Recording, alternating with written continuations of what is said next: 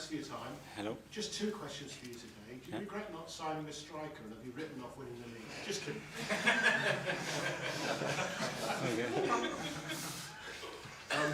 The England squad's been announced, and some good news around these parts because MLS has got the nod. Your reaction to that? Very proud of him. It's a huge moment for him and for the club as well. Again, one of our graduates getting the call for England, it's a massive thing, so very happy. They've been saying the right things, I think, Thomas Tuchel, about there were concerns about fast-tracking a fast tracker, but they can offer in the right environment. Have you been involved in those discussions before? No, but I'm sure that will be the case. And Thomas is a top coach. I know a few people around him and the setup in England, and I have no doubt that they will do the right thing with him. And he's confident that's not going to be any issue for him mixing in that kind of company, is it? With Miles? I don't think so. No.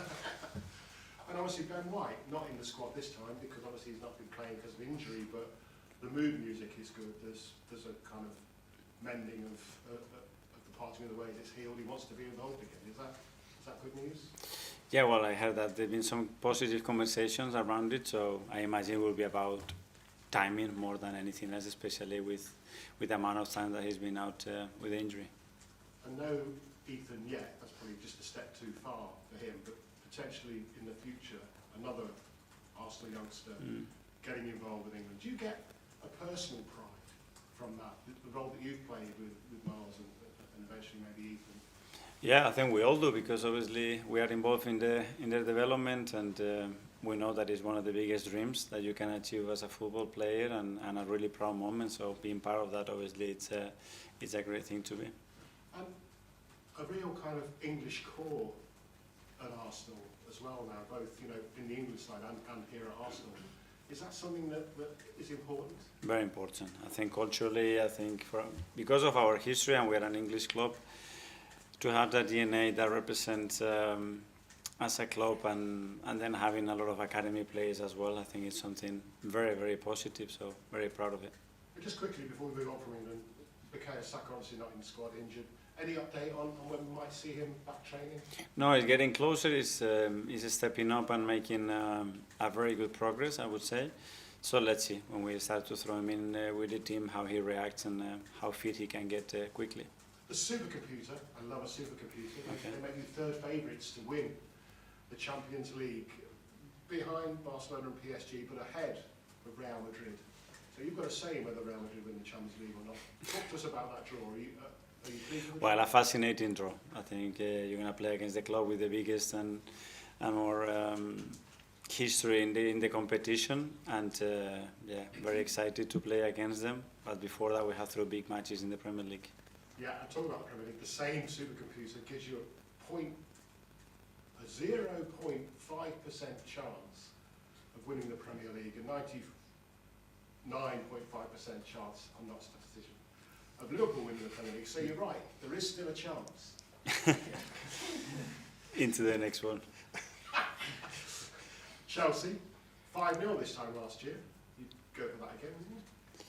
Well, I think it's going to be a very different game, and I think the way they develop as a team as well is very impressive. What Enzo has done on the coaching staff, the amount of talent that they have in the squad. So yeah, a really tough match. I think we are our best as well. Big chance for us to win the game. Raheem obviously was man of the match midweek. Played well, looked like he was enjoying himself.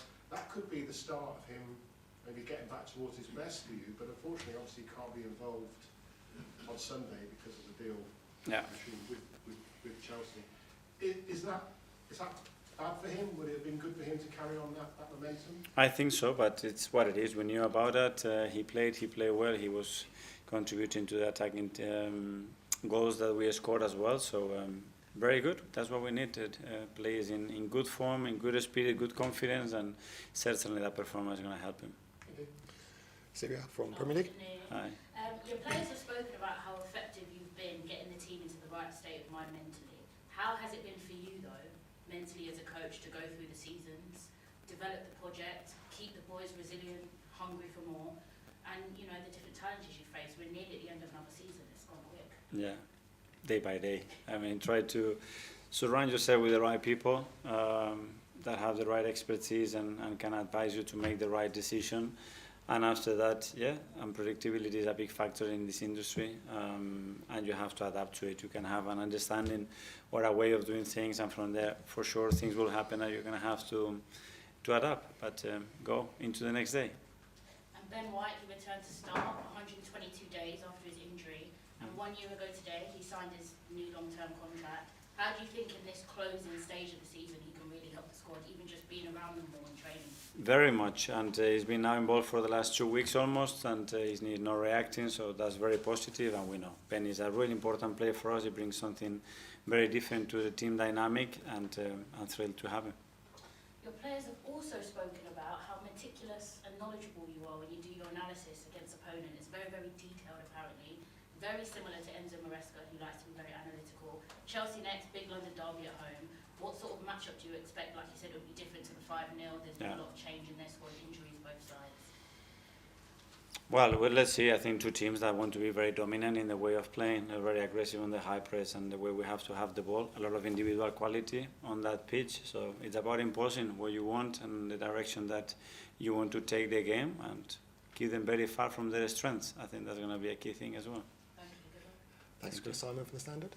Mikel, you touched a bit there on having a sort of British draw. I think you were here in 2012 when there was that famous photo. I think it might have even been here when Arsenal was there with Aaron, with Alex. All the new signings. Yeah, when all five of them together. I just wonder what your sort of memories of that and why that importance of having that British core is in the club.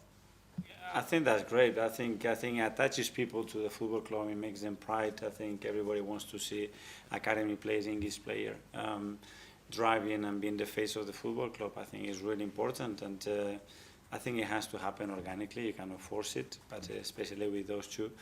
Now it's really good news because they deserve to be where they are. They are doing great, and it's a bright future ahead of them.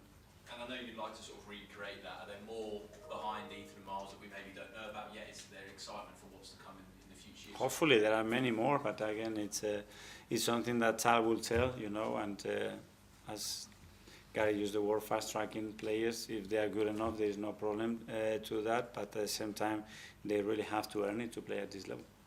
Okay, Tom, Football London. Hi, Mikel. Ahead of the Youth Cup game the other week, we spoke to Adam Birchall, and he talked about the importance of keeping Ethan and Miles separate and not thought of as a pair, because they're kind of at the same time we naturally kind of tend to think about them as a pair. Miles has obviously got a senior call-up, Ethan hasn't. Do you think that in some ways will help them individually develop apart from one another in two separate teams? Yeah, any comparison there I don't think is right. I think they have a very similar pathway because obviously they played so many years together, but after that, they're going to have different moments, and each career will be unique and individual for them, and they're going to have to earn it, and what one does is not going to reflect or affect the other one in a positive or negative way. So that needs to be totally independent. It's great. It's a luxury to have someone that you spend so much time, trust and love next to you on that journey. Use it in that way, that's it, and the rest throw it away. And ahead of the weekend, it could be an opportunity for Gabriel Martinelli maybe to get his first Premier League start since coming back. We've seen with the absence of a number of forwards, Mikel Merino used as a centre forward. With Martinelli back, it gives you more options to change the front line. Do you see that front line structure kind of returning maybe to something more that we've seen in the past, or do you still see Mikel very much as a centre forward option? No, well, with Gavin, now we have more options, but it's true that we have to really manage the load, and it's been a little bit ahead of a schedule, and that's why we didn't want to take, and we don't want to take any more risk with him loading in with more minutes. Okay, last couple in the live section. Firstly, Art. Mikel, I know you said you weren't involved in Miles' call-up, but I was just wondering because Thomas Tuchel said he kind of felt the vibe was very parental around how he was selected. I was wondering, throughout this season, have you kind of felt, I guess, a similar vibe of being almost a parental figure with not just Miles but Ethan as well, as young men coming into this environment? Well, they have almost the age of my oldest son, so yeah, just for that factor, I can see a lot of similarities. But both of them, they have great families, their environment, and they are in charge of that part of education. Obviously, we have a big responsibility in a lot of things that are related to that as well, but they are in good hands. We are here just to support and guide them in many other aspects, and yeah, if they need something, they know that they can knock on the door and have that conversation. And when we were in Spain with the Girona game, obviously there was big news when Miles's red card got rescinded, and he was asleep at the time, so he didn't have a chance to speak to him. I was wondering, have you had a chance to speak to him today about the call-up? Yeah, and we all had, and we were all really, really happy because it's a really nice story, and a story that gives a lot of hope to a lot of young players, and that in 6-7 months your career can change drastically for the good, you know. So it's something for people to be inspired. I think it hasn't happened because he was lucky. I think he pushed for every chance to happen, and the way he's done it. So yeah, good example.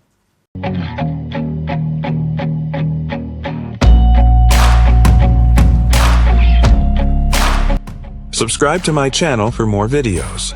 Drop a like and share.